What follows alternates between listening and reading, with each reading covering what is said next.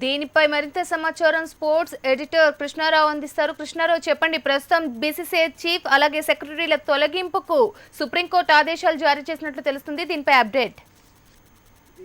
స్రవంతి ఊహించిందే, గత 3 మాసాలుగా దీనిపైన చాలా చర్చ జరుగుతుంది.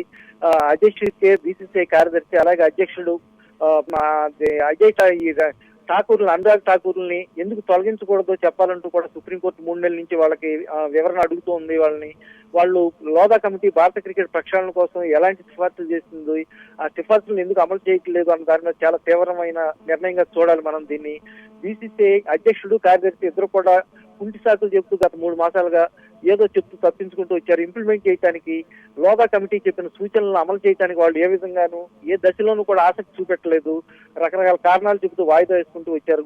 గత 3 మాసాలుగా సుప్రీంకోర్టు ఓపిక పడుతూ వచ్చింది. కానీ చివరికి మాత్రం ఈ కొత్త సంవత్సరం 2వ రోజునే చాలా కీలక నిర్ణయం తీసుకుంది. భారత క్రికెట్ చరిత్రలోనే ఇది చాలా సంచలన నిర్ణయంగా మనం చెప్పుకోవాలి. ఎందుకంటే ఒక అధ్యక్షుడు కార్యదర్శి ఇద్దరిని సుప్రీంకోర్టు తొలగించడం అనేది గతంలో ఎప్పుడు జరగలేదు.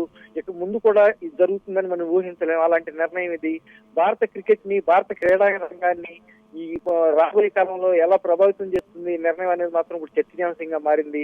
ఎందుకంటే భారత క్రికెట్ ని గాడి తప్పింది, వేల కోట్ల రూపాయల ఆదాయం వస్తుంది. దీంట్లో అవినీతి అలాగే ఆశ్రిత పక్షపాతం ఎన్నో ఆరోపణలు ఇవన్నీ వచ్చినాయి. క్రికెట్ ని ప్రక్షాళన చేయాలి అంటే ఒక ఇండిపెండెంట్ అథారిటీ ఉండాలి అనే దాంట్లో సుప్రీంకోర్టు తీసుకుంది. తక్షణమే బీసీసీఐ కార్యవర్గ సభ్యులు, కార్యదర్శి, అధ్యక్షుడు అందరూ తప్పుకుని ఒక స్వతంత్ర పరిశీలకులను పెట్టాలి. ఒక ఇండిపెండెంట్ అథారిటీతో బీసీసీఐ కొత్త కమిటీ ఏర్పడే వరకు రన్ చేయాలి అనే విధంగా సూచనలు వచ్చాయి.